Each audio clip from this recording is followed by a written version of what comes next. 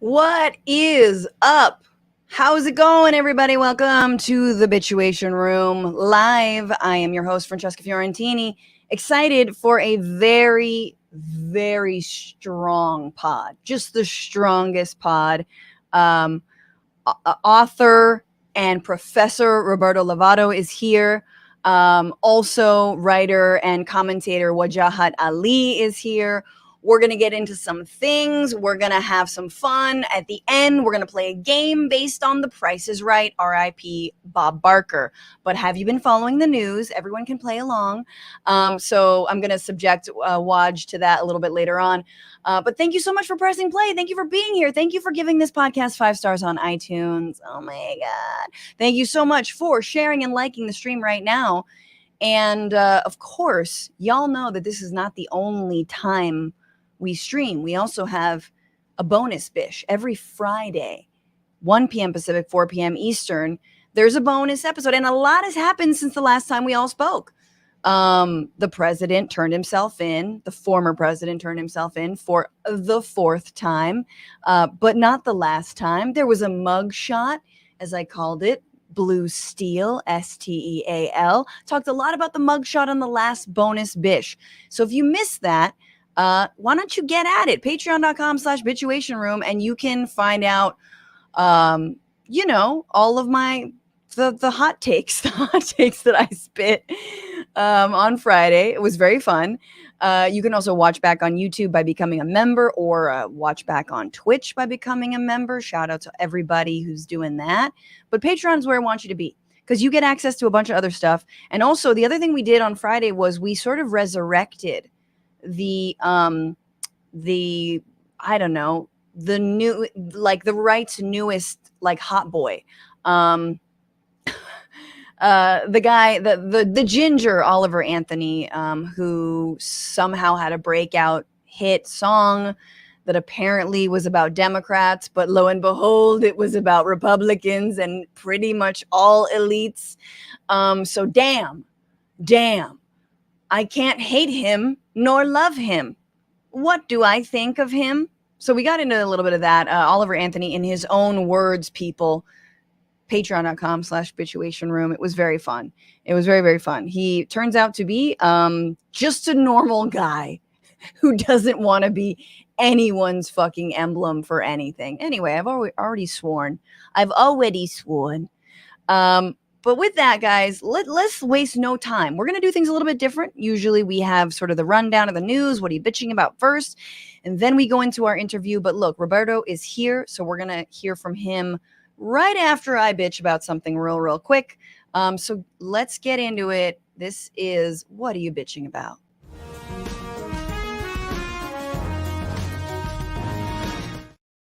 Okay, so I am bitching about something that I think we sort of always bitch about this, which is chiding Bernie Sanders for supporting Joe Biden.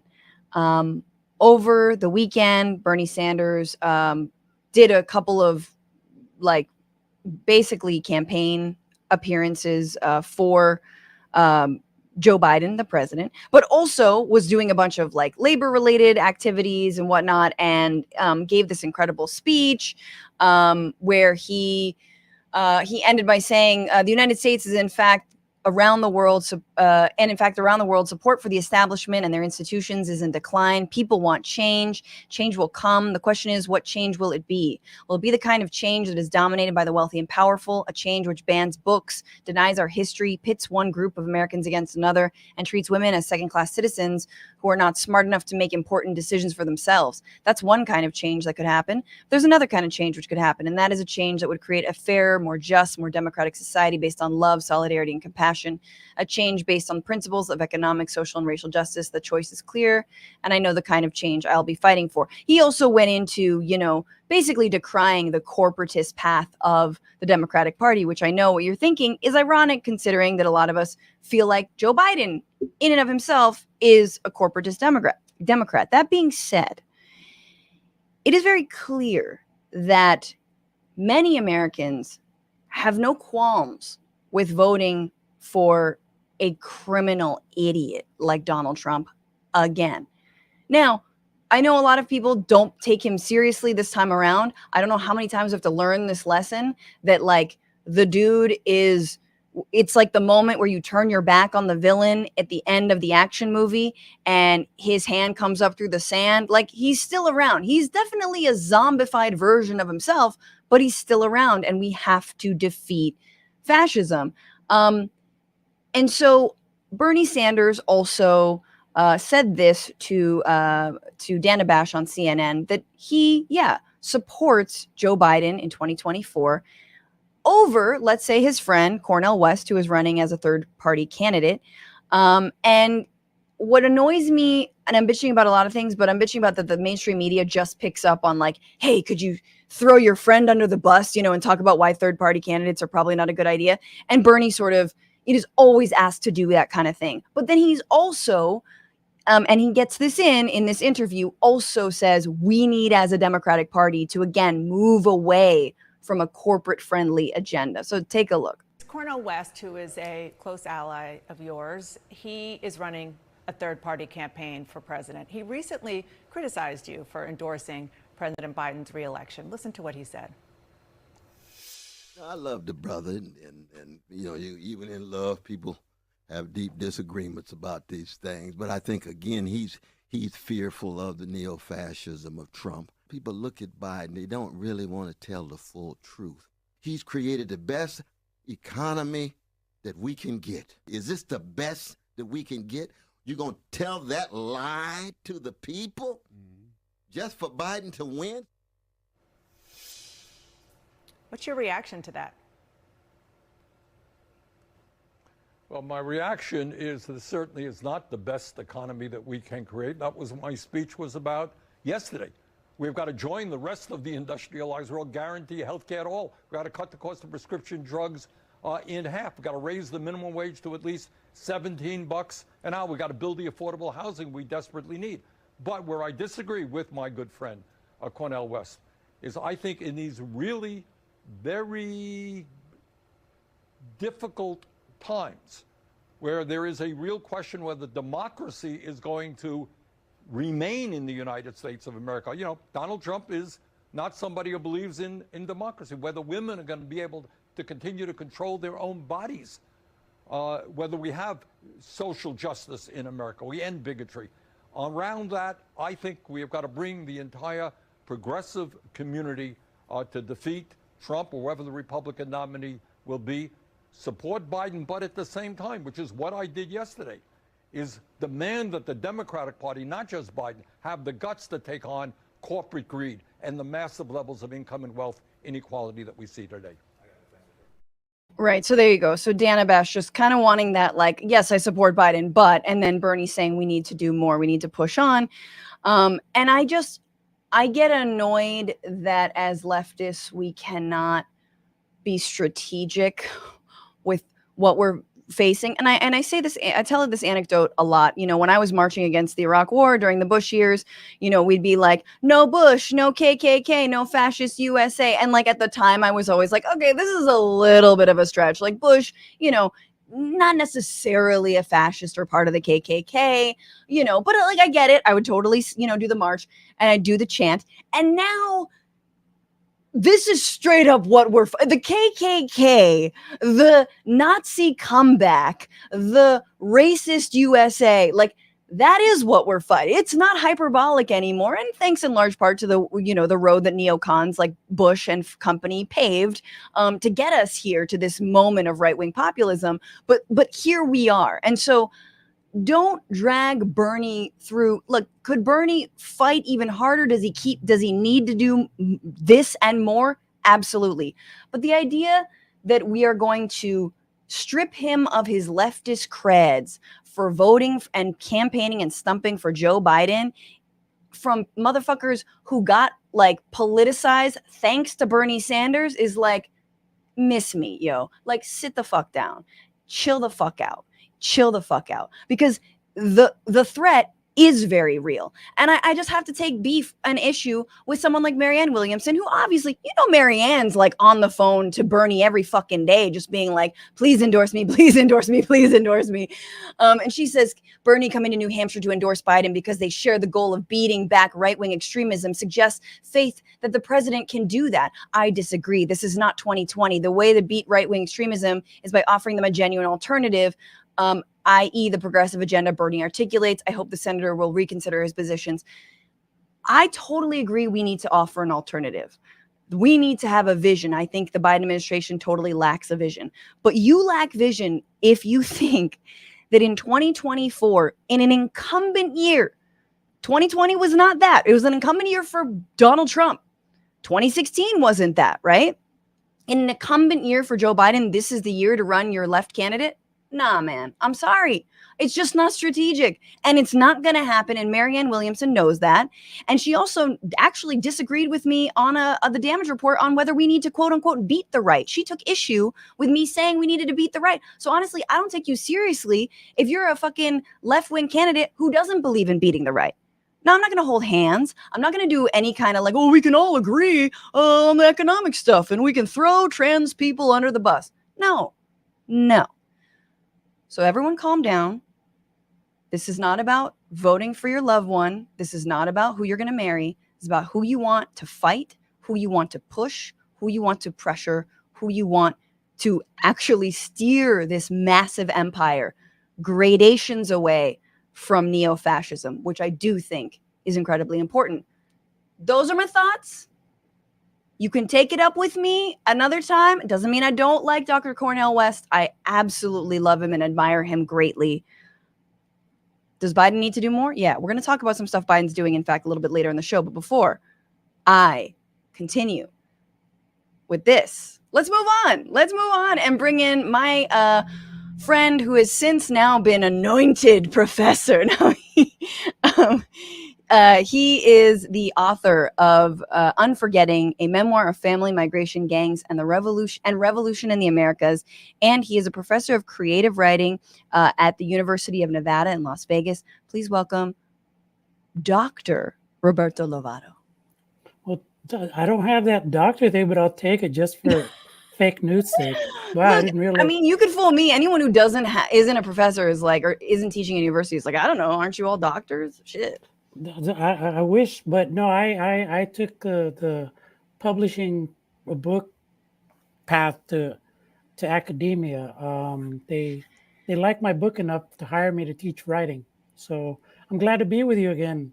Well, and I have Francesca. to say, it's so good to see you. The last time I saw you, I think, was at Cafe La Boheme in the Mission while you were probably writing said book, which is beautiful and is incredibly well written. And as I was reading it, I was like, damn, I had no idea. And it's visceral, it's beautiful, it's honest, and it really is this history of El Salvador and also the diaspora, for lack of a better term, but through your eyes and through your family's eyes. And it's powerful as shit. I loved it. Thank you. I actually listen. I was listening to your rant before this. You said and yeah, I know you might disagree with me, my man. No. It just reminded me that like I wrote the book. I started writing the book in 2015 when it was clear to me the U.S. was taking a turn towards fascism, and something that I take very seriously, having experienced real bona fide military dictatorship, fascist military dictatorship backed by the U.S. I actually made a difficult decision to come out about my militancy in the guerrillas to fight those fascists. And so I wrote the book. It's kind of an object lesson in what fascism is about and how to fight it in the theater of memory, for example. You don't get fascism unless you get forgetting. So I got the term unforgetting from Hannah Arendt, who was looking at this concept that the Greeks came up with to talk about the underworld journey that they believed the dead would take to go and, before you were go to either Elysium or Hades, you had to cross the river Lethe. And so the Greeks came up with this concept of, and the Lethe River is the river of forgetting. And so they came up with the concept of aletheia, unforgetting, as a way to get back to the truth, which is the term aletheia, unforgetting, be synonymous with truth. So you don't get fascism unless you have layered lies. And so one of the ways we need to fight fascism is what I call the theater of memory. And you don't get military people like those that we fought. You don't get fascist dictators. You don't get death squad operatives like those I interviewed, unless you get people who forget who they are. Right. And then also you talk about, I mean, even your father, who was present at perhaps, well, definitely in this history of El Salvador, the greatest massacre, if not one of the most horrendous massacres in history, happening in what a 2-day span of indigenous people, and about a 2-week 2-week span, indigenous people and so-called communists.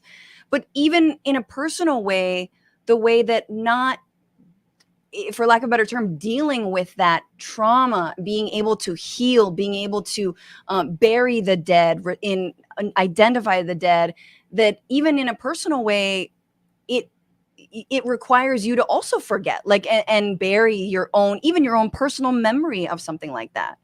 Well, that's why you have the state controlling violence brought upon working people, workers, underrepresented communities, majority communities. Now here in Vegas and California, for example, Right. You bring violence on them so that you instill trauma. And there's something about trauma that forces us not to look at it. That's what makes it trauma, is that we can't look at how deeply painful this thing is. And so our subconscious buries it deep, whether it's rape or mass murder, death squad, being pursued by death squads like I was. You kind of just push that stuff out and the other things. So that makes it the work more difficult. And so there's an intimate component to the political stuff that I put in the book. And I say the book is about this thing I feel great urgency about, and I can talk about without blinking, which is what I call the tenderness that survives the terror. I've traversed like 2,500 miles of mass graves, genocide, and war over like 30 years. I fought in a bloody war against fascist dictatorship. And I've reported on, gang violence and narco violence, and seen some really awful things. And I realized that the way to, the way that I don't have a bullet in my head is because I went back and I found that tenderness in my life that was given to me through the love, through the beauty, through the art, through the power of struggle and social movements. I mean, this is the kind of thing I think we need to be dealing with, instead of just considering politics in the realm of social media, for example. Well, yeah. I mean, yes.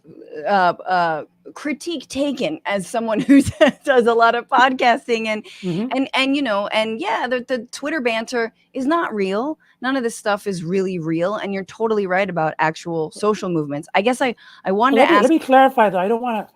I say solely social media. I think social media. I founded the country's largest online Latino organization, Presente.org, back in the day. So I'm not blind to the need for these spaces, but we can't depend solely on these spaces to the exclusion of the body that we're forgetting. Absolutely.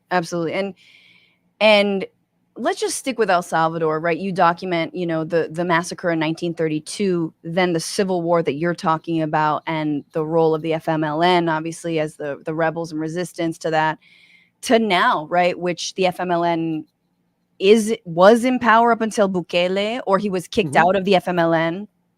And now you have, there is gang violence. We don't have to go into the entire history of how the U.S. has helped, foment that narco gang violence. But it is very relevant. I guess I wanted to ask you, just sticking with Salvadoran politics, how had the FMLN changed in your lifetime? Just explain to us sort of what that reversal was like, or that change, and then maybe thoughts on currently Bukele's approach to so-called stopping the violence. I mean, I owe the FMLN, when it was a guerrilla movement, for giving me the spiritual nourishment to understand what revolution meant, a word that seems to have been deleted from our vocabularies, political vocabulary. People don't talk about revolution anymore, and therefore are forgetting the revolutionary traditions that inform a lot of what we on the left think. At the same time, we've been given this pro-cop, pro-state narrative and pro-prison, and we have a very reactionary moment.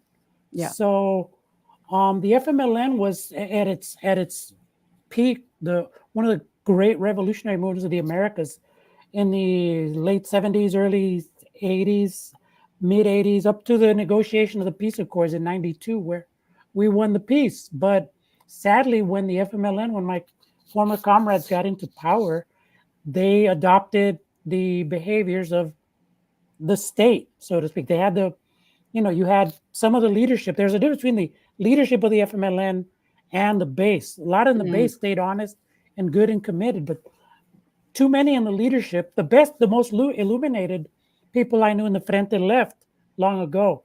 The people that remained were kind of the B team, politically and ideologically, and they were corrupted easily and started, and for example, I used the gang issue to show how state power corrupted the FMLN, as did, say, for example, oil money from Venezuela, sadly. Right. Hugo Chavez gave El Salvador and the FMLN a lot of money to do some good, and some good was done. But some of that good went into the pockets of some of these corrupt leaders in the FMLN who didn't seem to make the revolutionary transition in the post-war period. So there's an object lesson here for us. First and foremost, we have to kind of unforget the revolutionary tradition that has been here in the United States. We're not going to liberal progressive, I think, our way out of climate change and fascism. History shows that liberalism and progressivism have not been the most effective tools to fight and defeat fascism. It's been revolutionary politics. Yeah. Always has been. And so that's part of the reason I, a US born citizen, came out about my own experience in a revolutionary movement, because I wanted to stir the imagination. And I actually had to work with my publishers to put that R word in the cover of my book, right? You have... Oh, that's selling it. You got to have the R word. No, the R word was the least sellable in terms of search engine optimization, right? Because when the book came out, it came out during COVID. And they're like, they were like, hey, we need a subtitle. I was like, I don't want a subtitle. I just want it to be Unforgetting. Right. And then they said, I talked to some of my consigliaries in New York, literary consigliaries, and they told me, no, you need a subtitle because people have to be able to find your book. And so you have family, migration, gangs. Those are all sexy on search engine optimization. But guess which one is not Salvadoran sexy? gangs. Let's go. But guess which one's not sexy? Revolution. Boo! Make revolution sexy again. That's what you're trying to say. That's it. You got it. We have to make revolution sexy again. Otherwise, we're kind of doomed, to be frank, I believe. I don't believe we're going to liberal progressive our way out of the immense and complex and increasingly intense crises that we face. We need to stir the radical imaginary again to take more bold action like we used to do back in the day. I agree 100%. And I say that knowing that I just said, Biden should be elected the next president. However, we need to build movements because Biden ain't it. He's not the movement at all. But I did want to ask just quickly on Bukele. This is a young president who I guess wants to make cryptocurrency the national currency in El Salvador. But recently he's basically engaged in a massive mass arrest of all Salvadorans, no matter whether they have any kind of leads to gang affiliation or not. It just mass sweeps. And there's been a huge crackdown. A lot of innocent people have been locked up. And then there's some thought, there was an LA Times commentary of someone writing, I support this. This is great. This is what we have to do to crack down. And some civilians, some neighbors, although not the ones whose loved ones are being locked up, are like, yeah, I also support it because now the streets seem quiet. What are your thoughts on this crackdown as a way to stop the gang violence? Well, I mean, that's one of the reasons I wrote my book, is to help people understand the fascism that was clear to me that was afoot around, not just in El Salvador, but in India, in Italy, in the United States, in the form of like Trump, and then the liberal enabling of Trump fascism on issues like immigration, for example. Yeah. Because the immigration troops were the diehard troops that helped Donald Trump get to the White House. No question. They were the best organized of the fascist right, but we seem to forget that for some reason. So El Salvador is no different, is part of that kind of rise of the fascist tide. And I had a firsthand, front row seat to a country that had been home to the longest standing military dictatorship in the Americas. And so I had family related. My grandfather was part of a Guardia Civil that was a death squad, early death squad, going around killing those indigenous peoples. And then I have family that witnessed things that they never talked about. And then I myself was witness and participant in a war. And then I went and I reported on, the expression of war that is the walking, talking, and unresolved trauma of the gang member, right? And so, I wrote the book because I could see Bukele coming, and so he's very popular, and he's what I call he expresses a form of digital fascism. Like, he's surrounded by some Venezuelan advisors, some of whom were trained by the CIA, which brought, for example, Serbian online experts who were on the online politic thing way before most of us. Right? Interesting. So what, like opposition figures, or what's that? Opposition figures in from Venezuela? Or, yeah, they trained the Venezuelan right against Hugo Chavez and then Maduro in online organizing methods. I went in and investigated this, and I basically got the wrath of the CIA.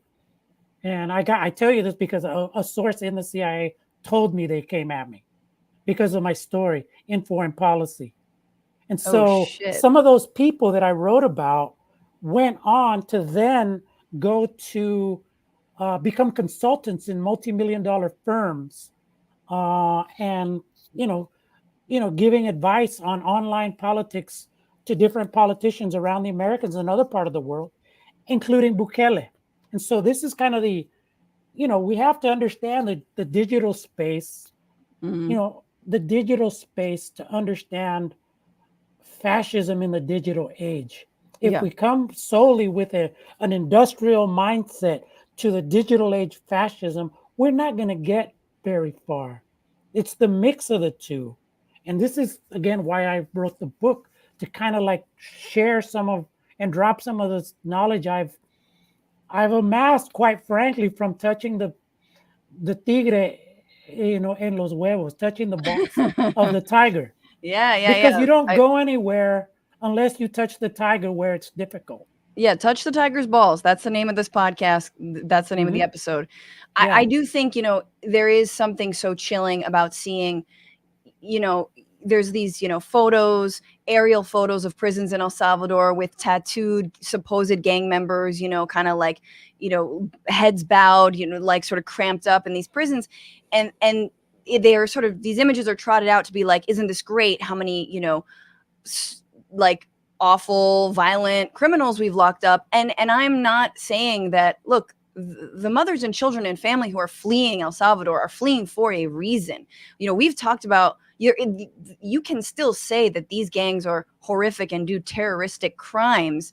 But also I look at these images and I'm like, this is just a pure perpetuation of the endless cycles of violence that this country, often with this backing of the United States, has been waging on its own people for decades, you know? And so it's like, when does this end? I mean, it's like, if you don't give folks an alternative to gangs and jail, then it's just like any other community. You know what I mean? What is the alternative? It's migration or death. I just realized you went down to El Salvador I did. back in the day. So I was listening. I said, "Hey, man, Francesca's on point, man. She knows." Hey, and I did. Then I just was listening. I said, "Yeah, she's been there." So yes.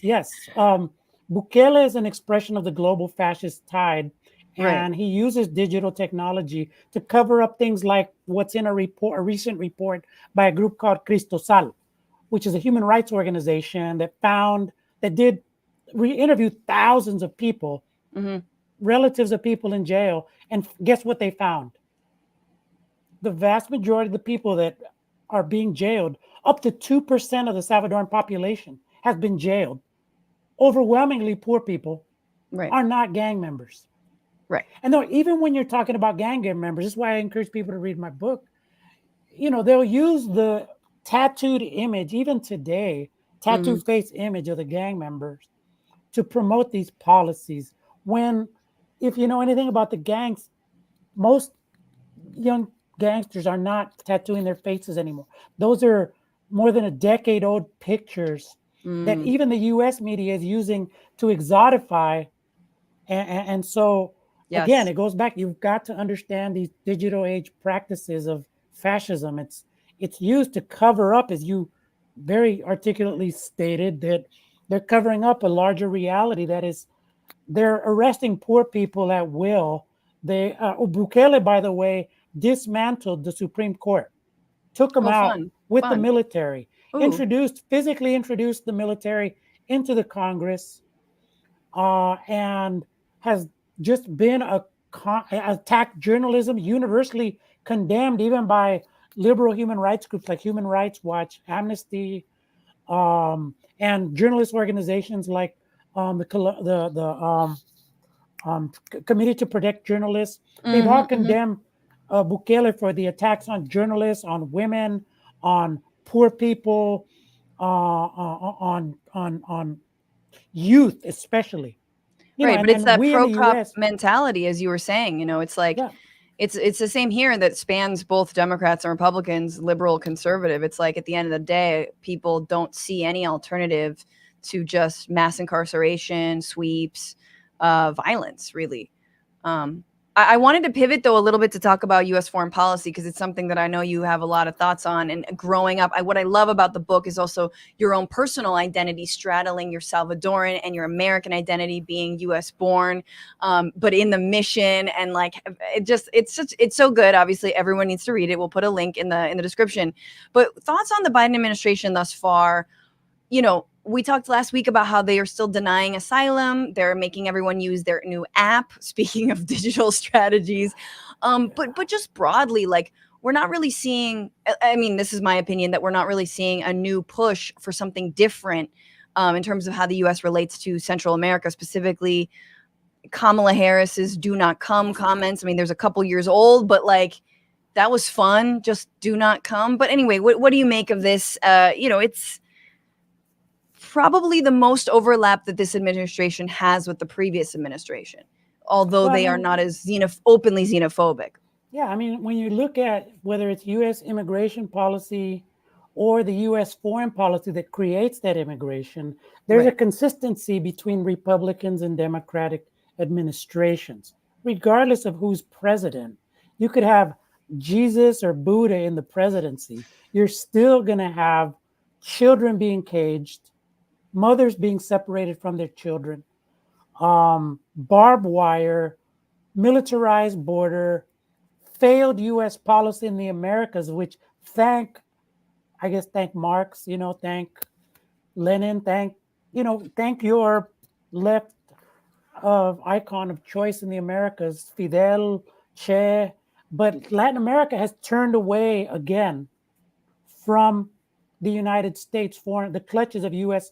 foreign policy. The U.S. can no longer go in and tell Latin America what to do just like it used to, with death squads and militaries and everything. It has to struggle to get what it wants. And in some cases, it's not getting what it wants because there's an option in China now.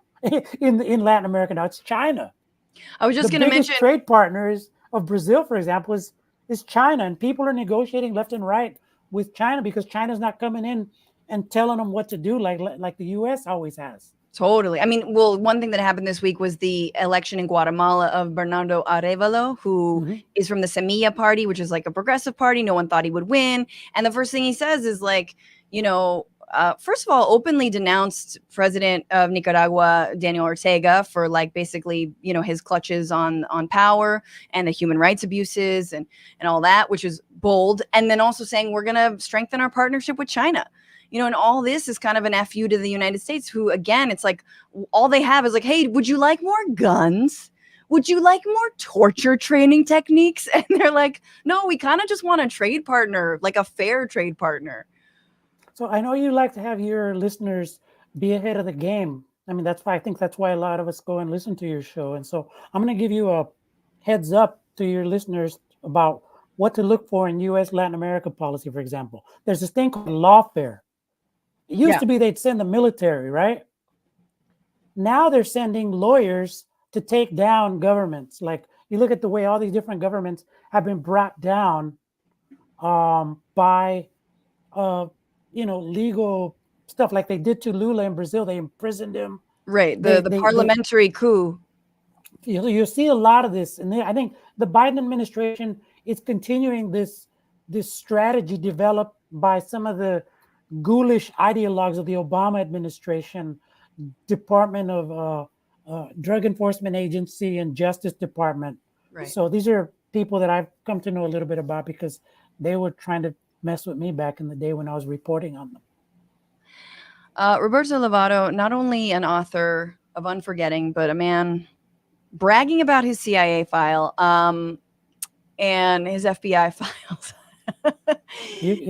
You can look at the LA Times; it's in there, so it's public. So everybody, I listened to the book. Full disclosure, you narrated your own book. It's beautiful. It was great. It's so well written. Unforgetting. Everybody, go get it. Think of the river. Think of the river between Hades or something. I will go back and remember what that exactly was. But Roberto, please come back. I thank you for this. Everybody listen and read the book. Where can people get the book? Can I say one last thing before that? The book covers heavy topics, war and all that stuff. But that's all just the dark velvet background against which what the book's really about, which is about the tenderness that we need to preserve and about the will to keep struggling in a more revolutionary way. And there's a very hopeful core to the book, as you know. And so I want to make sure people come away with that because I'm been through some things, but I'm still very hopeful and committed as I've ever been. So you can find the book anywhere books are sold. If you're in San Francisco, go to Medicine for Nightmares Books or call them up. I like to support that bookstore because they're Medicine for Nightmares. I love it. Yeah. I don't think I know that bookstore. How? It is great. And look, the things that he documents and having hope and faith for real social change after seeing the things that you've seen, that takes a lot. That takes a lot of courage and a lot of honestly, like aguante. So thank you, Roberto. Be very well. Come back soon. Yeah. Okay, you too, and congratulations on your motherhood. It becomes you. My what? Your motherhood. I have a baby? Shit. Yes. She's a mom. Guys, thank you so much for sticking around, for being here. Again, of course, everybody get that book, Unforgetting by Roberto Lovato, Lovato. And with that, let's get into the week, or what this man is bitching about. I didn't ask for his official intro, but he has a book called Go Back to Where You Came From. And I forget the actual tagline, even though Roberto said it was so important. Everybody, please welcome Wajahat Ali. Hello. I'm here to bring back the revolution, one middle-aged man at a time. No, this is when your fight begins. You sort of, once you've given up, that's when the fight begins. You know what I was thinking about is like, since you're now a proud mama bear, you're going to see this, especially as you're in your 30s. So I entered my 40s, and I was asking myself, have I given up, or do I just give 0 Fs and now I'm entering the fight? And this crossed my mind yesterday when I Ooh. went to go pick up dinner for my kids, and I was wearing my pajamas, my Costco pajamas. I'm like, should I change into pants, or should I just stay in the pajamas and my slippers and go to the restaurant? And I went with the confidence and bravado of a middle-aged Pakistani uncle. Went to the restaurant, picked up my food, was in my pajamas, gave 0 Fs, and I'm like, this is a moment of reckoning. Is this me being apathetic, or is this me literally giving 0 Fs about stuff that doesn't matter, which then allows me the ability to concentrate on things that matter? I will leave that for the audience to decide. I'm just imagining you going on this very long rant, like a TikTok, like rant outside, like, or am I making space for the things that matter? Don't talk about my flip flops or whatever you're wearing. I don't know. First of all, sandals, yes. And people are like, can you just get out of the road, old man? I'm like, no. We support you, sir. Yeah. Please move. Just go to the sidewalk and rant, yell at the clouds. No, first of all, I'm counting that for what you're bitching about, because we have a lot to get into. And I'm sure you look great. I want to just say, I'm sure you look great. And athleisure is all the rage. And after COVID, nobody wears real pants anymore. Okay, that's what I thought. That makes me feel better. So we've all decided that they're superfluous. Although I think the kids are trying to bring back like Jenko jeans and baggy pants, which I'm like, just don't. They already did, by the way. So we're stuck. They started bringing it back last year, and apparently the early 90s have called and crisscross want royalties. Old school reference for the old heads. Indeed. Well, let's get into a few stories. I'm just a couple stories before we get out of here. This was the week where Ron DeSantis thought it would be a good idea to show up at a vigil in Jacksonville, honoring those who were killed by a racist murderer. 3 Black people who were killed at a Dollar General store. And here's what happened when he decided to show up. Florida Governor Ron DeSantis is here. We're going to ask the governor if he will come down and turn remarks.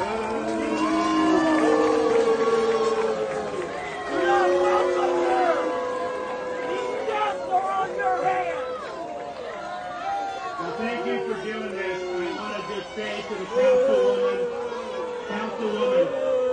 councilwoman, I got you. Don't worry about it. We've already been looking to identify funds to be able to help make sure there's adequate security for Edward Waters College. We are not going to allow these institutions to be targeted by people.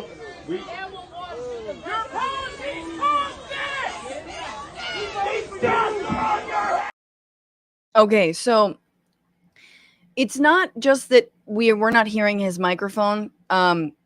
He was being interrupted. Like, he could not really get a sentence out. The city councilwoman had to grab the mic afterwards. And that last person heckling him said, your policies caused this. I mean, the lack of self-awareness for me, Waj, is just like, it's like, bro, you called your state the place where woke goes to die. We all know woke is a euphemism for people of color, and particularly Black people. Just sit this one out. Sit it out. And yeah, he stopped campaigning. That was very, very generous of him. But thoughts on this?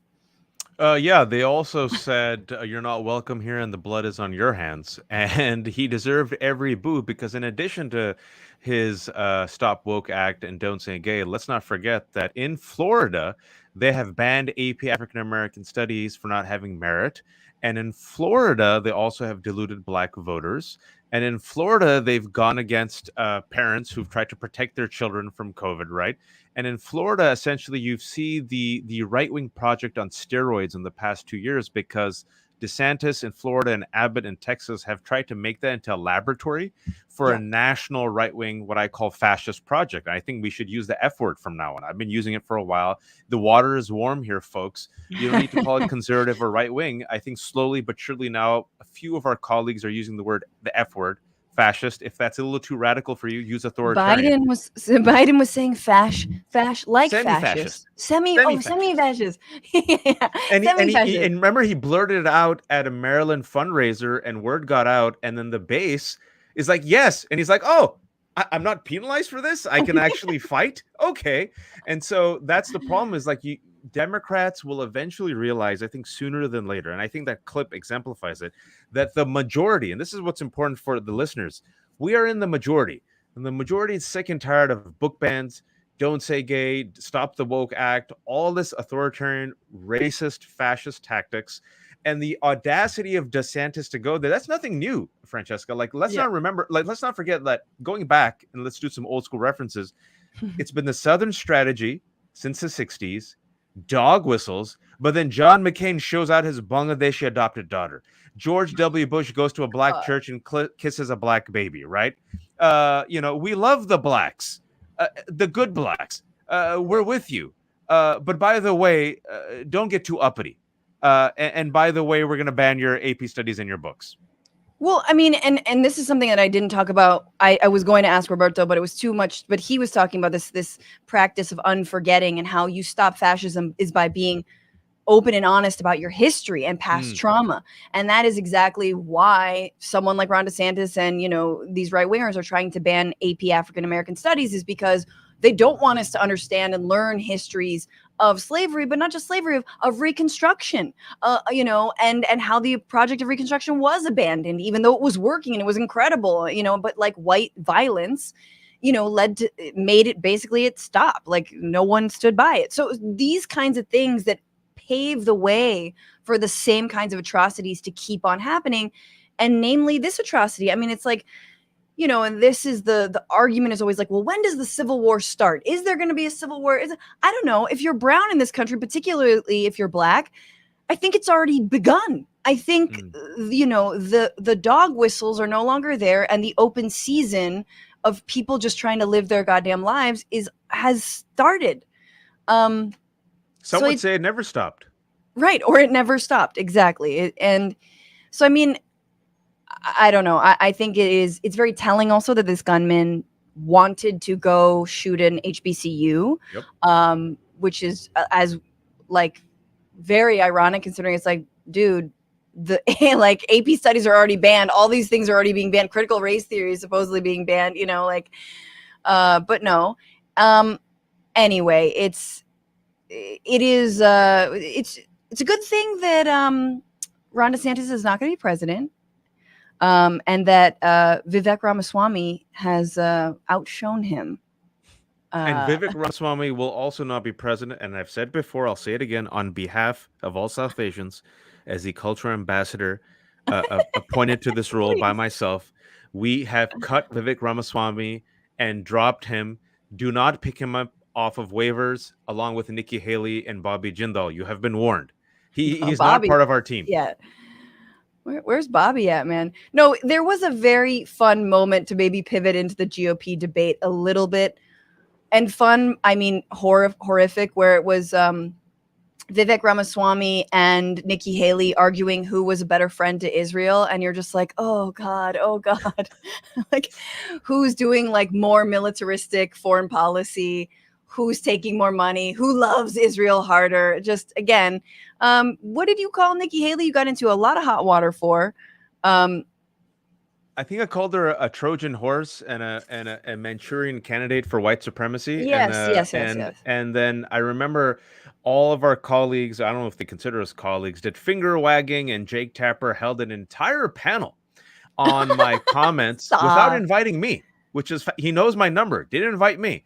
And me, Asha Rangappa, and Mehdi Hassan, 3 South Asians on his show, spent a good 8-9 minutes, Francesca. Like I led with that, and I said some funny stuff, but then it was actually a substantive conversation as to her record, her rhetoric, her policy, where it has caped for white supremacy her entire life and used xenophobic anti-immigrant policies, which ultimately I said made her a hypocrite and made her this token for a right-wing movement in which Ann Coulter that same week told her to go back to where she came from.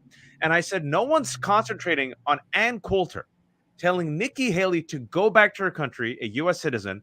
But here I am calling her these terms, but then we back up with her own policy, and I'm the bad guy and like, oh, you should be civil.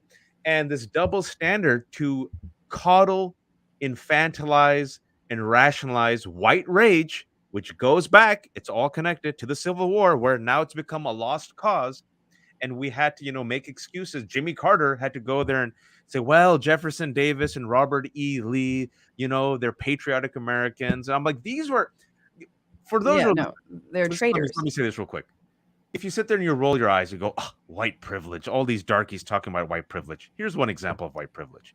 In order for me and Francesca to have statues, if we were racist traitors to this country, enslaved people, and lost, these were losers, okay? Yeah. And now they have statues literally for these people.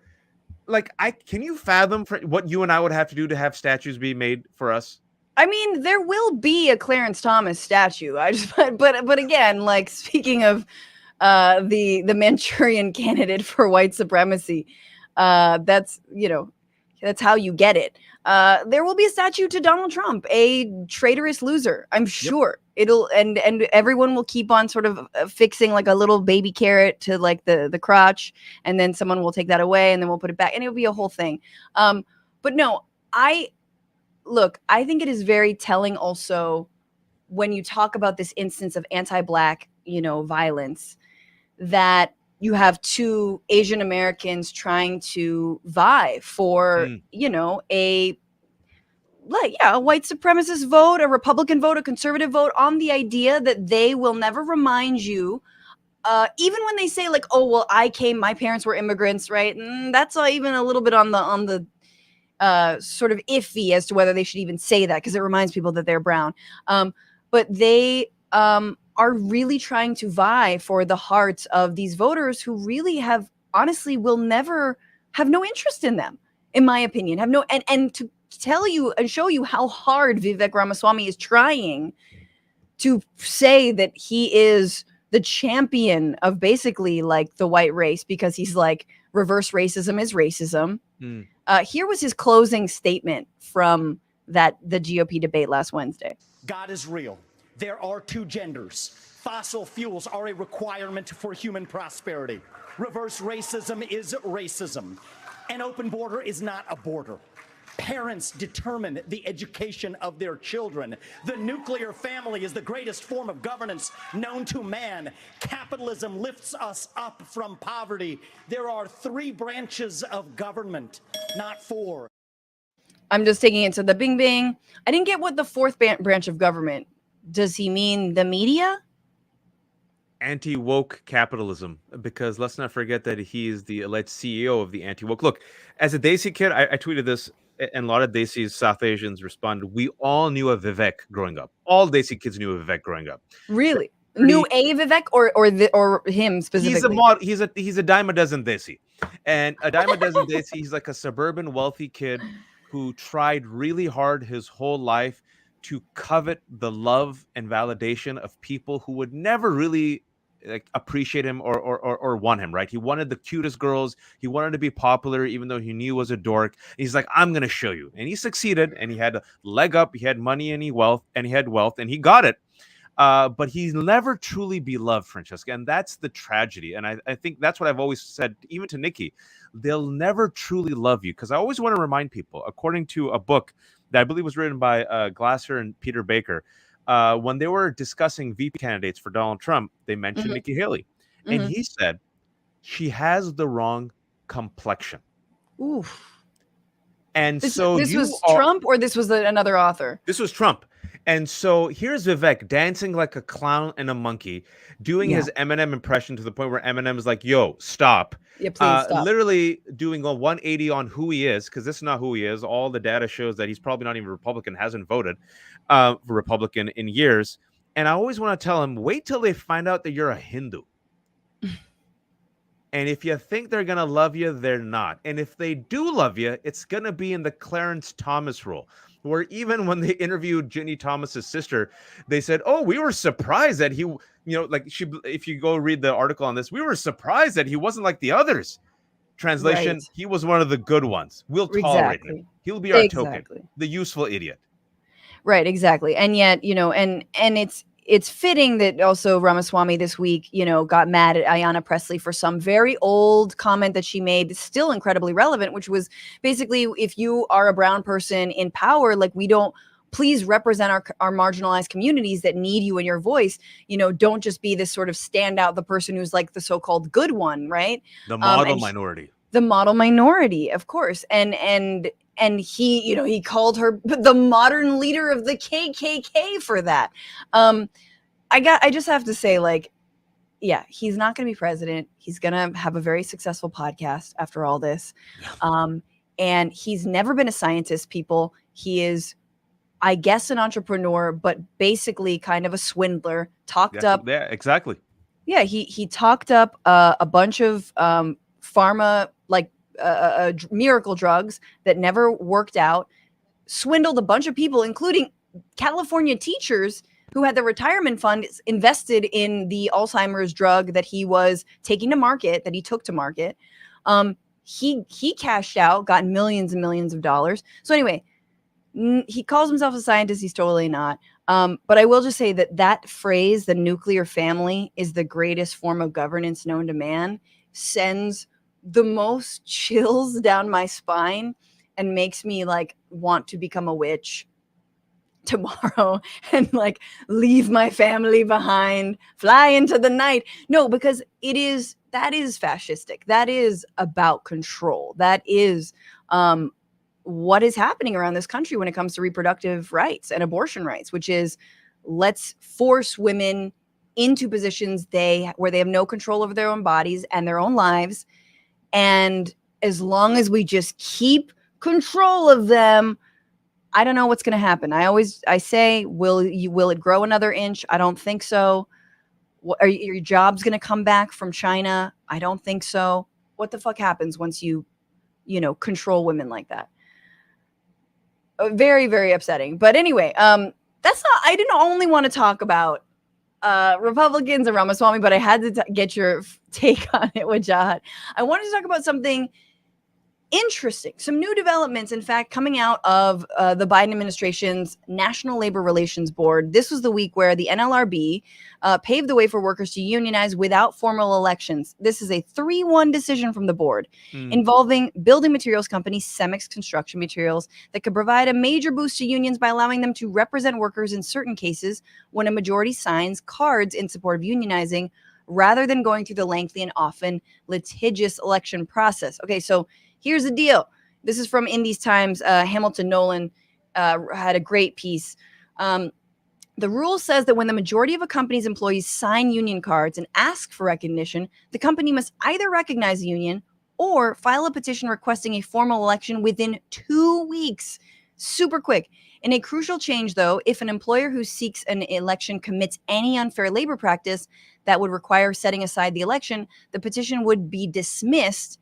And rather than rerunning the election, the board would order the employer to recognize and bargain with the union. So in other words, if you try and do any kind of anti-union shenanigans, you try and screw with the union drive, mess with the workers, get in their heads, the union will automatically be formed and you'll have to recognize it. So no more of the union drive. It basically shortens that runway and it makes it far easier to form a union. And if you fuck with that process, then the union's formed automatically and you just have to negotiate. I think it's important for people to know that we're in a moment right now. It's a moment that it took about 40 to 45 years to get to, where Reagan, and we should always crap on Reagan and his legacy. Reagan Indeed. and the kind of the seeds of the modern Republican cruelty machine, deliberately, if you will, just took out the wind from workers and deliberately crippled unions. Yep. And led a campaign to the point where unions used to be very popular. Unions used to represent workers. Unions used to have high ratings. And then there appeared in the 80s and early 90s, you saw unions decimated. You saw worker productivity go up. Profits went up, but workers, their wages have remained flat. All that money went straight to the top. Nothing trickled down. That's the important history here. because thanks to the pandemic, a pandemic in which more than 1 million Americans died needlessly, I would say, because let's not forget, Donald Trump knew it was dangerous, lied about it.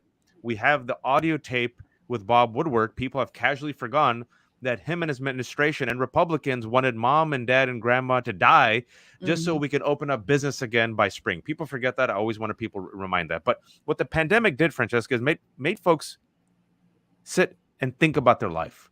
And workers are like, why am I working 2 jobs just to stay broke? Why do I not have a living wage? Why cannot I not have collective bargaining? Why can I not live with some semblance of decency in the allegedly the most powerful, wealthy country in the world? And so now, this is what's really exciting. We have a moment where workers are flexing. You see WGA, where you are in California, SAG. Now you're seeing the VFX workers who are literally just burned the F out by Disney, finally saying enough is enough. UPS workers flexed and got a new contract. Amazon workers are trying to flex. And what you're going to see is the empire strikes back. You're going to see corporations do anything and everything in their power to crush and decimate workers. However, with awareness, with conscientiousness, with knowing your history, when people with the grassroots saying enough is enough, when the workers, the majority mobilizes, now they're saying, guess what? You can't replace us completely with AI and drones and workers. You need us right now. Yeah. And if you want this product to be sold and you want money, you need to pay us. So this is where I think, while everything seems like it's going to hell, there's a moment where we should really kind of embrace this moment, recognize this moment, and realize this is the first time in generations that workers and unions are finally coming together and flexing. And it is in all of our interest to support these workers across all industries. The last thing I'll say is a lot of people are like, I'm not in California. I don't care about movies. I'm not a writer. I'm not an actor. It doesn't matter. Get away your notions, your romantic notions of how these people live. Most of them are living on poverty wages. They're workers. You might not be a UPS worker. You might not be an Amazon worker. Might not be a Starbucks worker. But if you're a worker, you want to get behind this movement that will finally allow workers to live with some semblance of dignity in a country where all the profit has gone to the top. Nothing has trickled down to the majority. Thank you for coming to my TED Talk. You always have that moment on this show, which is great. And I love that. No, and that's, you're absolutely right. And it's, I thought this piece by Hamilton was really good because he also goes into the fact that there's going to be more changes. He writes, we could also see the NLRB issue several more decisions that could expand the speech of rights of workers, empower strikes, and restrict the scope of, quote, management rights provisions that companies use to do whatever they want. Jennifer Abruzzo, the NLRB's general counsel, is pushing as hard as possible to fully transform America's existing suite of regulations into one that helps workers organize rather than hinders them. It also remains to be seen how much of their vision will become a reality, but Abruzzo and the NLRB are proving to be the single best reason for the left to support Joe Biden. Marianne Williamson's gonna be mad. No, but it's true. And that I think is, some of these, again, we have not even spoken in the last couple of weeks, but the, student loan debt relief that has been sort of quietly pushed or not so quietly pushed through by the Biden administration, despite what the Supreme Court or other courts have been ruling. And then this, right? It's like the NLRB is really important. That being said, it can all be rolled back with a Republican administration. That's right. These administrators are only there because we have a Democrat in office. And so I thought that this was an important note to end this on, speaking of movements. But he writes, the Democratic Party is a transactional partner to labor. It will only help us to the extent that we are strong enough to push it to do so. Joe Biden does not pass out union cards. The NLRB does not organize workers. Only the labor movement can do that. Sometimes, like now, the government offers us a small step up. It won't mean much for the world unless we take it as a signal to start running.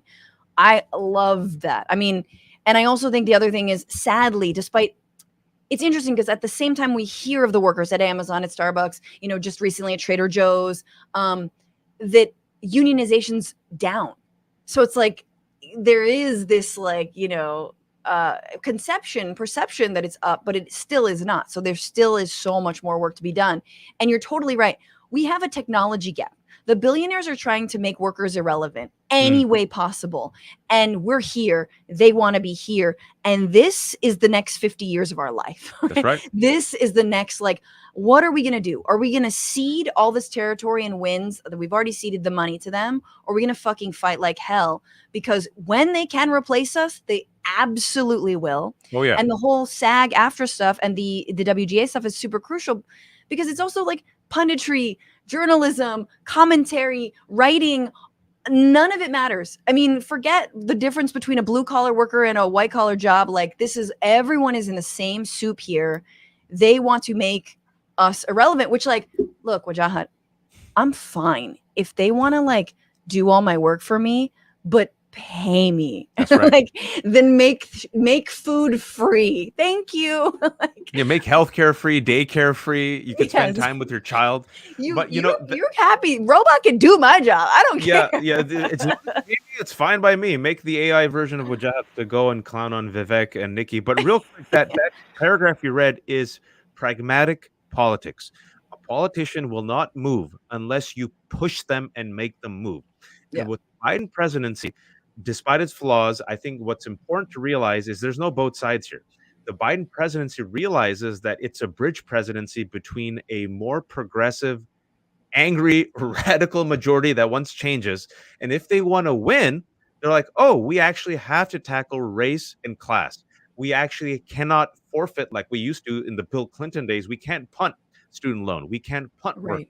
Can't punt living wages. And just to show you how change is made, a few years ago, folks, a living wage, the $15 wage, was seen as a radical idea. All right. So what's considered radical through time and effort and lobbying and narrative and pushing becomes mainstream. Marriage equality, when I was growing up, radical. Obama, no, I'm not for that. Until groundswell of change. And now every Democrat has to like say yes, or else they ain't going to be a Democrat. They're not going to be a nominee, right? So what's considered to be crazy, like giving workers rights and, strengthening unions, giving women, I don't know, the freedom and control over their body, and lowering prescription drugs. That's the big news today. All of this is seen as a radical progressive pipe dream until people pushed it, they organized for it. And most Americans, even on Fox, they're like, yeah, the rich should pay their fair share of taxes. That sounds like a good idea. That's not that radical or crazy. And that's why you're seeing the backlash, because those who are in power, the 1%, corporate America, realizes, oh no, the peasants, the proletariat, the workers, they're onto us. Yeah. We got to crush them. Yeah, absolutely. I want to move into our final segment, but I don't. I am without my producer page, so I do not have this interstitial for this. So imagine music. Thank you. That's just as good. But we have a final segment in honor of Bob Barker, who passed at the tender age of 99. Was he 99? Almost made it to 100, but respect. But respect for not going over. Because we know what happens when you do. You're out. Anyway, he was out. He went. R.I.P. Bob Barker. Let's play The Price is Right this week in American politics. What's the song? Hell yeah! I thought you were just gonna start singing Eminem. But let's do it. I have some questions here, and I want you to guess. People can guess also if you're listening or you're watching live. Various numbers. If you go over, you lose. I don't have a buzzer sound, but let's go. I'll spin the wheel. Okay. Spinning the wheel and landing on how much money did Donald Trump raise in a single day off his mugshot? A single day. Not the total, just a Okay, a so single- one answer is 9 million. Another answer says 40. What? I have two answers because I One think is total 9 is million 40. and one is 40 million. So 9 or 40? Let's say You- 9. Okay. No, that is wrong. The single day is 4.14 million. Oh, but in total, it's something like 7 million. Not quite 9. Definitely not 40. But he wishes.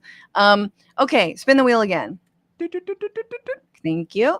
How much money does a person have to make to qualify for Biden's new student loan forgiveness plan, SAVE, and pay $0 in payments? How much money do they have to make? Underneath 100,000. Wrong.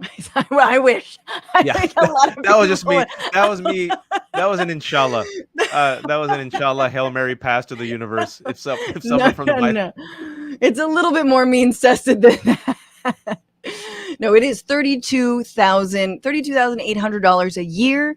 If you make that or less, you qualify. You will pay $0 in payments under the SAVE plan. Yeah. It is poverty level. It's not a lot of money. Everybody go register if you have those outstanding student loan debts for the SAVE plan. Even if you don't think you qualify, try. It could. I think it's something like 30 million Americans will be impacted by this. So go. All right, spin the wheel. How much did Coffee County's election supervisor, Misty Hampton, have to pay for her bond in Fulton County? Oh. How much did she have to pay? Because we know what Donald Trump and Rudy paid. But Misty Hampton. 25,000. $10,000. Only 10,000. Not too bad. Okay, other people are wrong. We have other people are wrong. Okay, Camperman said 10K. Okay, Camperman, I see you. All right, spin the wheel. 2 more. How many hosts of an Eric Adams fundraiser are facing organized crime and bribery charges?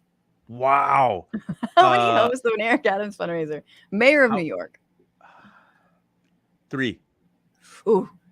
4. Very close. Very good. I'll give you that. I knew it was a bunch. I was close. Who else got 4? Anyone Maybe else even 5. Maybe even 5. All right. Joe the plumber, the man. Oh, you didn't spin the wheel. Doesn't matter. Joe the plumber, the man. Thank you. Who, I guess, what was his role? He like accosted Obama and was like, "You don't know what it's like to be a plumber. Neither do I. He was the Promethean Rust Belt undecided voter. He was Prometheus, and from his memory and his loins spawned the entire industry of the undecided Rust Belt voter, which was then embodied by a man named Ken Bone in the year 2015. Do you remember that dude? I do remember Joe the plumber. Oh yeah, and Ken. Oh, well, I was talking about Ken Bone, but Joe the plumber. He has died. He passed. How old was he? He was, I would say, in his 40s. So I would say 44 or 49. Let me just say 44. He is 49. Very good. So close. He's so young. So young. But yes, I think it's very funny. Like, just that whole undecided voter. Ken Bone really drove me up the goddamn wall. And now, have you been following the Oliver Anthony drama? Oh, the singer, yeah. And he's singer. Like, I wrote that song pretty much talking about all the millionaire Republicans on the debate stage. Please stop using my song. And they're like, whatever. We're gonna keep using the song. The quote is like literally like some Fox News host was like, he's a conservative even though he doesn't know he's a conservative. It's like, okay, lady, sure. He does. He hates the welfare. Yeah, no. I'm pretty sure he hates black people. We all know that, right? No, he is like the new undecided voter. He's like the real. It's like someone who's like, yeah, I hate the wealthy and the powerful, and I kind of hate all parties. I don't know. Like, feel like the people they trot out are usually like politics the nerds that have been like, I've been studying and I do like Bloomberg's platform, but what's his name? Who's the Starbucks CEO? Howard. Schultz. Howard Schultz has some good point. You know, it's like always that weirdo. Anyway, but this guy's like pure raw. He's like angry. But the funny thing is what really bothered me about Joe the plumber and what really bothers me about Rust Belt diners and the average American and the American from the heartland is they never look like you or me. I know. Even if we live there, it's always going to be some white Republican dude, and that goes bringing everything back full circle. In the narrative of DeSantis and the narrative of American institutions and corporate media, who is the real American? I would just say ask an Asian mom. Like, I think you should go to 99 Ranch and you should have to ask an Asian mom who's shopping for like fresh bok choy, and you say, because it's not gonna be, it might be fairly conservative. You know, the whole like suburban women narrative. There's a lot of brown women in that suburban women A lot. demographic. And you could like, if you really, I mean, in all seriousness, if you really want to get like a pulse of the suburbs, and a lot of people are going to go up to vote, Desi and Asian moms shopping at ethnic stores. Yes. Win them over, you can literally flip elections. And it's been done. I mean, I think like Katie Porter did that in California. But anyway, Wajahat, that has been the show. A little bit of a backward show, but still been wonderful to have you. How can people find you and follow your work? And what are you up to these days other than being on point?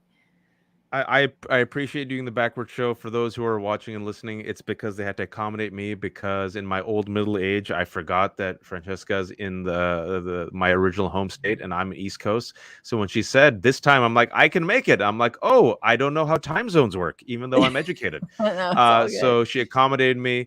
I'm an exhausted father of 3. You can read my book. Some people like it. And I usually write for the Daily Beast. And I'm still on Twitter, which is now known as X, which is a hell site that is populated by every single Nazi and white nationalist that inundates my Proton mail and my Gmail. But now it just feels so comfortable sharing their racism.